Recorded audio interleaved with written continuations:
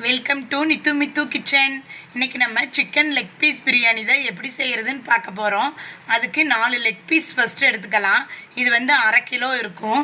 இதுக்கு 1 teaspoon salt, 1 teaspoon chilli powder, 2 table spoon தயிர், இதெல்லாம் போட்டு ஜஸ்ட்டு ஒரு மிக்ஸ் பண்ணி ஒரு 1/2 அன் ஹவர் இதை அப்படியே விட்டுருங்க, ஊறட்டும். நம்ம 1/2 kg சிக்கன் எடுத்துருக்கோம். அதுக்கு 1/2 kg சீரகச்சம்பா பிரியாணி அரிசி எடுத்துக்கலாம். இது வந்து ஒரு டம்ளரில் நீங்கள் மெஷர் பண்ணிக்கோங்க. இப்போ இந்த டம்ளரில் வந்து 2 டம்ளர் அரிசி வந்துச்சுன்னா அதே டம்ளரில் 3 டம்ளர் தண்ணி ஊற்றிக்கோங்க. நம்ம எடுத்து வச்ச அரிசியை ஒரு டைம் நல்லா வாஷ் பண்ணிக்கலாம்.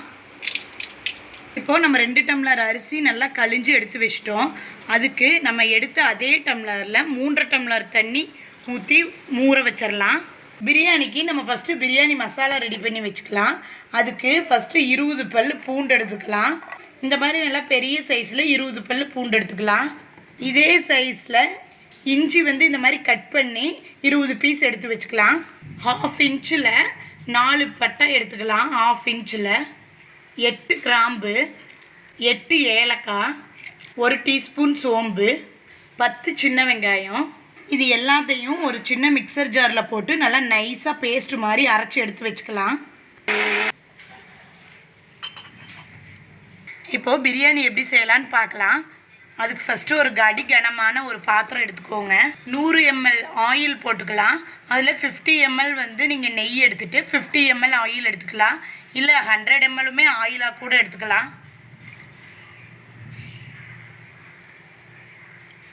ஆயில் நல்லா ஹீட் ஆனதும் நம்ம கையில் ஒரு கை புதினா எடுத்துக்கலாம். புதினா நல்லா ஃப்ரை ஆகணும். அதோட பச்சை வாசமெல்லாம் போய் புதினா நல்லா ஃப்ரை ஆகணும். புதினா நல்லா இப்படி ஃப்ரை ஆனதுக்கு அப்புறமா 4 பீஸ் பட்டை, 1/2 இன்ச்சில் 4 பீஸ் பட்டை எடுத்து போட்டுக்கலாம். 8 கிராம்பு, 8 ஏலக்காய், 2 ஜாதிப்பூ, 2 ஸ்டார் பூ, ஒரு 2 பீஸ் கல்பாசி, இதெல்லாம் போட்டு நல்லா தாளித்து விட்டுறலாம்.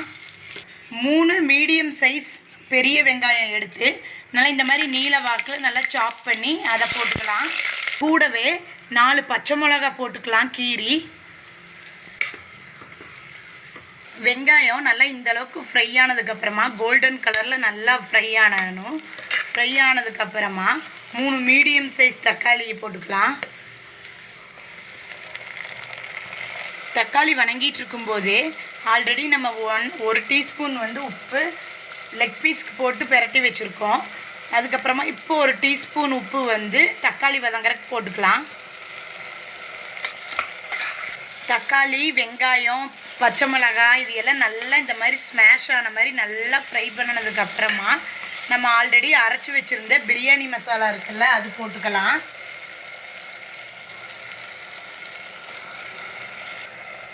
அப்புறமா ஒரு கைப்பிடி அளவுக்கு கொத்தமல்லி தழை போட்டுக்கலாம். இப்படி நல்லா நம்ம ஊற்றின ஆயிலெல்லாம் நல்லா பிரிஞ்சு நல்லா மேலே வர வரைக்கும் நல்லா வதக்கி விடுங்க. இப்போ நல்லா இந்த மாதிரி ஆயில் வந்து மேலே பிரியிற மாதிரி வந்ததுக்கப்புறமா நம்ம ஆல்ரெடி 1/2 அன் ஹவராக ஊற வச்சுருக்க லெக் பீஸ் இருக்குல்ல அதை எடுத்து இதில் போட்டுக்கலாம்.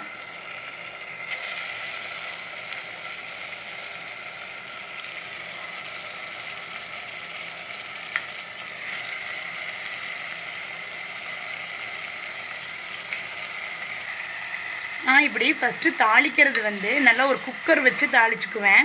ஏன்னா நம்ம வந்து இந்த லெக் பீஸ் வந்து சீக்கிரமாக வேகாது. நார்மலாக தண்ணியில் வெந்தும்போது இது நம்ம நல்லா குக்கரில் போட்டு நல்லா தாளித்து விட்டுட்டு ஒரு 1 டம்ளர் மட்டும் வாட்டர் வந்து நம்ம இதில் போட்டு 2 விசில்ஸ் விட்டு எடுத்து வச்சுக்கலாம்.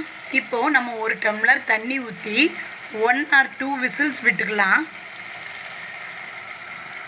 அப்போ நம்ம லெக் பீஸ் வந்து நல்லா வெந்துடும். இப்போது நம்ம விசில் விட்டு வச்ச லெக் பீஸ் இருக்கு இல்லையா அதை ஓப்பன் பண்ணிவிட்டு இப்போ நம்ம தண்ணி ஊற்றிக்கலாம். பிரியாணிக்கு தேவையான அளவுக்கு தண்ணி. நம்ம 2 டம்ளர் எடுத்தோம் அரிசி, அதுக்கு 3 டம்ளர் தண்ணி ஊற்ற போகிறோம். ஆல்ரெடி 1 டம்ளர் தண்ணி வந்து நம்ம லெக் பீஸ் வேக வைக்கும்போது ஊற்றிட்டோம். ஸோ இப்போ பேலன்ஸ் 2 டம்ளர் தண்ணி ஊற்ற போகிறேன். இப்போது நம்ம பிரியாணிக்கு தண்ணி நல்லா கொதி வந்துருச்சு. வாஷ் பண்ணி வச்சுருக்க அரிசி போட்டுக்கலாம். அரிசி போட்டதுக்கப்புறமா நல்லா ஒரு மிக்ஸ் பண்ணி விட்டுருங்க. இப்படி நல்லா தண்ணி கொதி வந்ததுக்கப்புறமா நல்லா கொதிச்சுட்ருக்கும்போது ஹாஃப் லெமன் புழிஞ்சு ஊற்றிக்கோங்க. இப்போது இந்த மாதிரி ஸ்டேஜ் வந்ததுனும் நம்ம தம் போட்டுக்கலாம். அதாவது அரிசியும் இந்த தண்ணியும் நல்லா ஒன்று சேர்ந்து இப்படி இருக்கணும் இந்த மாதிரி பக்குவத்தில். இப்போ வந்து நம்ம தம் போட்டோம்னா கரெக்டாக இருக்கும். தம் போடுறதுக்கு ஒரு தோசைக்கல்லை வச்சுக்கலாம் அடுப்பில். இப்போது தோசைக்கல் ஒரு 5 மினிட்ஸ் நல்லா ஹீட் ஆயிடுச்சு. ஹீட் ஆனதுக்கப்புறமா நம்மளோட பிரியாணியை எடுத்து அது மேலே வைக்கலாம்.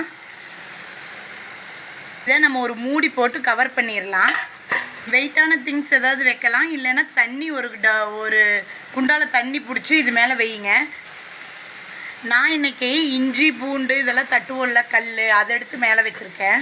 இனி இப்போ நம்ம தம் போட்டாச்சு. இது வந்து 20 மினிட்ஸ்க்கு நம்ம சிம்லேயே வச்சு 20 மினிட்ஸ் அப்படியே வச்சுருங்க. நம்மளோட leg piece chicken biryani ready.